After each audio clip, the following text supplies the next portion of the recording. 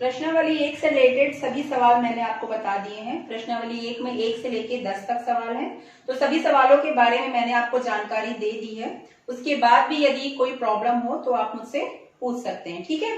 अब इसके आगे हम पढ़ते हैं द्विघाती समीकरण के मूल, ठीक है। तो द्विघाती समीकरण के मूल होते क्या है, सबसे पहले ये जान लेते हैं। तो इसके पहले हमने बहुपद पढ़ा था, बार बार मैं बहुपद को ला रही हूँ क्योंकि बहुपद भी तुम्हारे समीकरण से रिलेटेड है, उसके कुछ सवाल इससे भी रिलेटेड रहते हैं। तो चूंकि हमने बहुपद के सवाल हल किए थे, अभी हम पढ़ रहे हैं द्विघाती समीकरण के मूल। तो मूल क्या है ये जानने के लिए हम बहुपद में जाते हैं।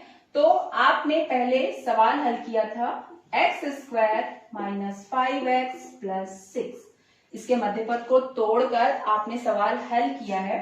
तो इस सवाल को हम हल करते हैं फिर से। तो हमने तोड़ा x² - 5x टूटेगा -3x - 2x + 6। इस चीज को मैं आपको बता चुकी हूँ, डायरेक्ट यहाँ पर कर रही हूँ। यहाँ पर हम x कॉमन लेंगे तो यहाँ पर आएगा x - 3, यहाँ पर हम -2 कॉमन लेंगे तो यहाँ पर आएगा x - 3। इसके बाद फिर हम यहाँ पर x - 3 कॉमन लेंगे तो यहाँ बचेगा x - 2। इस प्रकार से हमने जो हमको बहुपद दिया था हमने उसके गुणनखंड को निकाला था, ठीक है। अब बहुपद के गुणनखंड को निकाला था, यहाँ पर तो ये हमारा बहुपद है, पर यहाँ पर यदि हम बराबर 0 लगा दें, क्या लगा दे 0, तो ये बहुपद जो है वो हमारा क्या बन जाएगा, एक समीकरण x² - 5x + 6 = 0। अब हम इस समीकरण को हल कर रहे हैं, ठीक है। जिस प्रकार आपने बहुपद को मध्यपद को तोड़कर हल किया था, सेम वैसे ही हल करना है और बराबर 0 लगाते जाना है।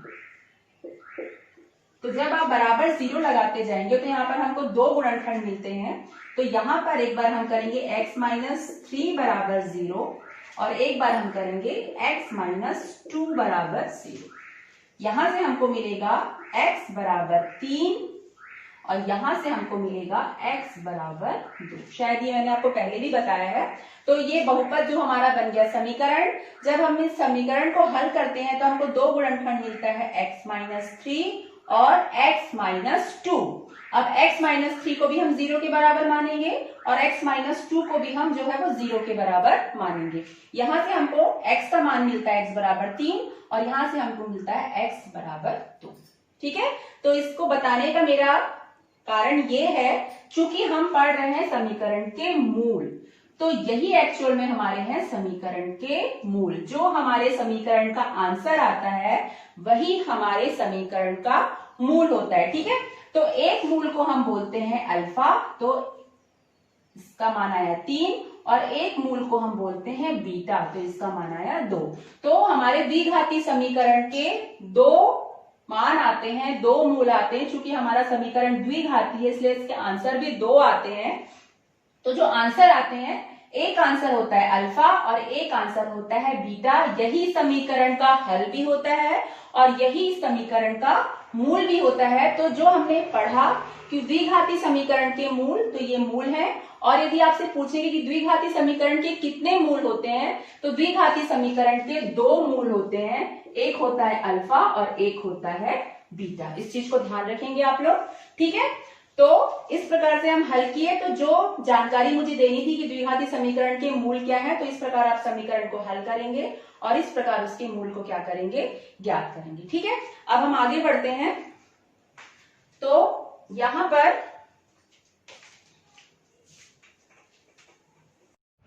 ठीक है, तो आप लोग समझ गए होंगे कि समीकरण के मूल क्या होते हैं या समीकरण के हल क्या होते हैं। तो उसी से रिलेटेड हम अध्याय 3 एक चर का द्विघात समीकरण की प्रश्नावली 3.2 के सवालों को हल करेंगे।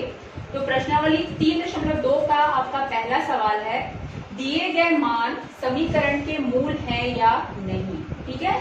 तो जो भी मान यहाँ पे देखिए, आपका क्वेश्चन जो है वो है 2x² + x - 6 = 0, ये आपका समीकरण है।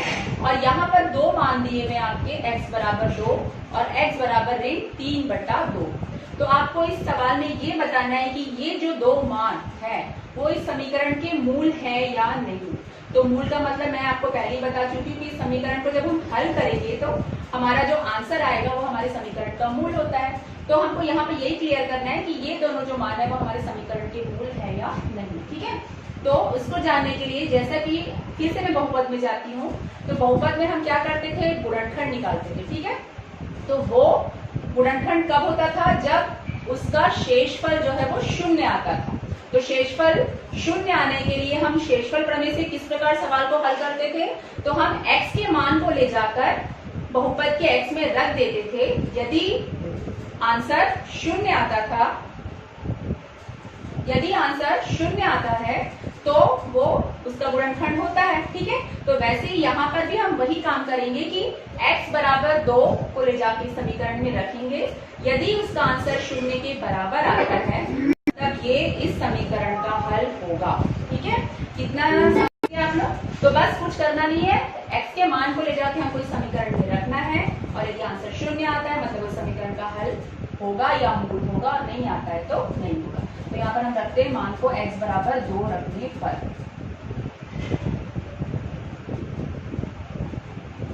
तो रखिए यहाँ पर x बराबर 2, तो 2x की जगह पे हम रखेंगे 2 का वर्ग घन, फिर x की जगह पे हम रखेंगे 2 ऋण 6 बराबर 0। फिर हम हल करेंगे 2 का वर्ग हुआ तुम्हारा 4 प्लस 2 माइनस 6 इक्वल 0।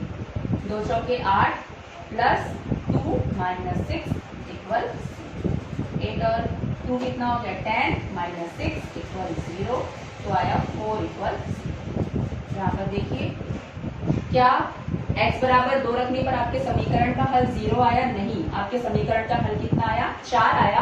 मतलब लिखोगे x बराबर 2 इस समीकरण का मूल नहीं।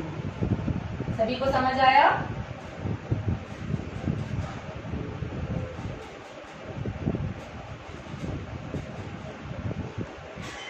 ठीक है, तो इसी प्रकार बस आपको अपने समीकरण में जो x के मान दिए हुए उसको ले जाके रखना है। यदि आंसर 0 आता है तो वो समीकरण का मूल होगा, और यदि आंसर 0 नहीं आता तो वो समीकरण का मूल आपका नहीं होगा। ठीक है, तो इसी प्रकार 2 तो वर्ग समीकरण का मूल नहीं हुआ, हम x बराबर ऋण 3/2 रख के देखते हैं कि क्या वो हमारे समीकरण का मूल है। तो चलिए आगे हम करते हैं।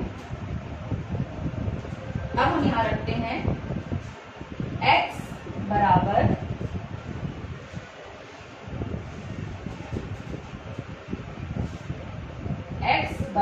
ऋण 3/2।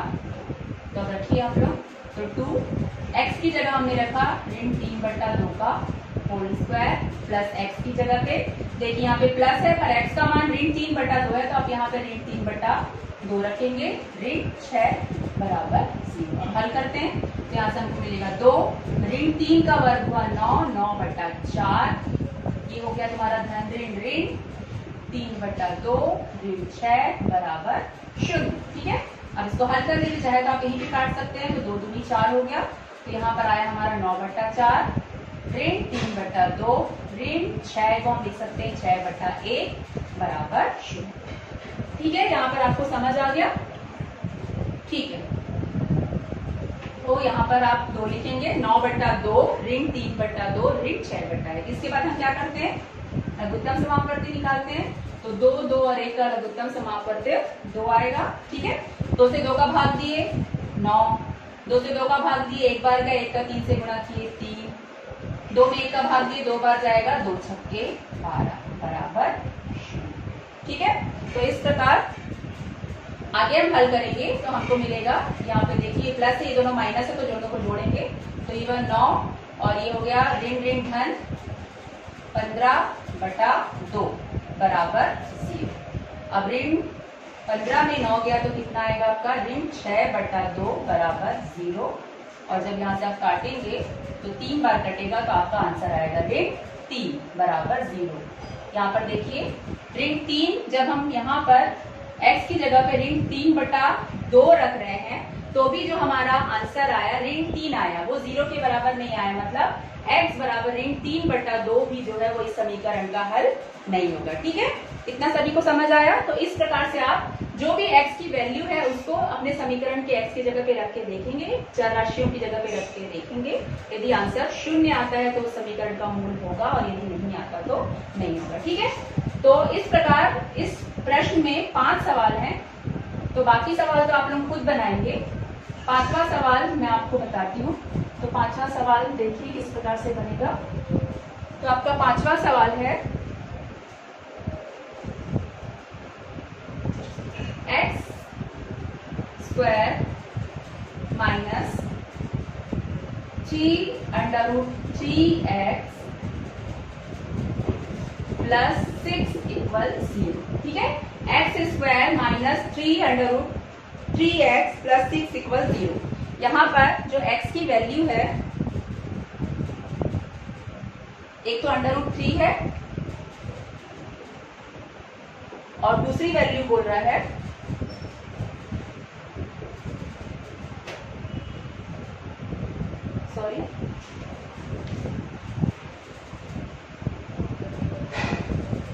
ऋण 2 वर्गमूल 3। तो यहाँ पर आपको बताना है कि क्या x बराबर वर्गमूल 3 और x बराबर ऋण 2 वर्गमूल 3 इस समीकरण के मूल है या नहीं। तो वही काम करेंगे फिर से। तो x बराबर वर्गमूल 3 रखने पर हम x की जगह पे रखेंगे वर्गमूल 3 का वर्ग ऋण 3 वर्गमूल 3 और x की जगह पे क्या रखेंगे वर्गमूल 3 धन 6 बराबर 0। जहां जहां पर x है वहां पर हमने क्या रख दिया वर्गमूल 3 को रख दिया। अब आगे हल करेंगे तो वर्गमूल 3 का वर्ग आपका 3 आएगा ऋण वर्गमूल 3 बना 3 और 3 दिया हो गया आपका 9 धन 6 बराबर 0। यहाँ पर देखिए ये प्लस है दोनों जुड़ जाएंगे तो 3 और 6 कितना हो जाएगा 9 माइनस 9 इक्वल 0। तो 9 माइनस 9 मतलब 0 बराबर 0 आ गया आपका। तो यहाँ पर देखिए यहाँ पर जब हमने इसको हल किया तो आंसर 0 आया, 0 के बराबर मतलब x बराबर वर्गमूल 3 जो है वो इस समीकरण का मूल होगा। ठीक है, अब आगे इसी प्रकार हम x बराबर -2 वर्गमूल 3 रखते हैं। तो देखिए क्या इस समीकरण का हल होगा। तो x स्क्वायर माइनस 3 वर्गमूल 3x, सॉरी डायरेक्ट मान के रख देते हैं। तो यहाँ पर हम रखते हैं x बराबर -2 वर्गमूल 3। तो रखिए मान, तो -2 वर्गमूल 3 का वर्ग ऋण 3 वर्गमूल 3 हमने रखा -2 वर्गमूल 3 धन 6 बराबर 0। जहां पर भी x था वहां पर हमने -2 वर्गमूल 3 रख दिया। ठीक है, अब आगे हल करते हैं। तो ऋण का वर्ग ऋण हट जाएगा आपका, 2 का वर्ग 4 और वर्गमूल 3 का वर्ग 3 मतलब 4 दिया हो गया आपका 12। यहाँ पर आपका माइनस माइनस हो गया प्लस, 3 दूनी 6 वर्गमूल 3 और वर्गमूल 3 हो गया 3, तो कितना हो गया 6 तिया 18।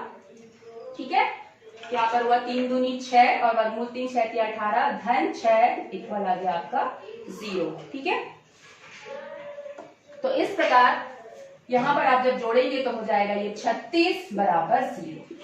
तो यहाँ पर देखिए आपका जो आंसर आया है वो 0 के बराबर नहीं आया है, मतलब x बराबर ऋण 2 वर्गमूल 3 जो है वो इस समीकरण का हल नहीं होगा। ठीक है, तो जब आप आंसर लिखेंगे तो आंसर में लिखेंगे कि x बराबर वर्गमूल 3 जो है वो इस समीकरण का मूल है और x बराबर ऋण 2 वर्गमूल 3 जो है वो इस समीकरण का मूल नहीं है। तो अब इस प्रकार देखिए आपके प्रश्न 1 के 5 सवाल हल हो गए हैं। आप 5 सवालों को हल करेंगे और व्हाट्सएप पे मुझे भेजेंगे। ठीक है, तो बंद कर दीजिए।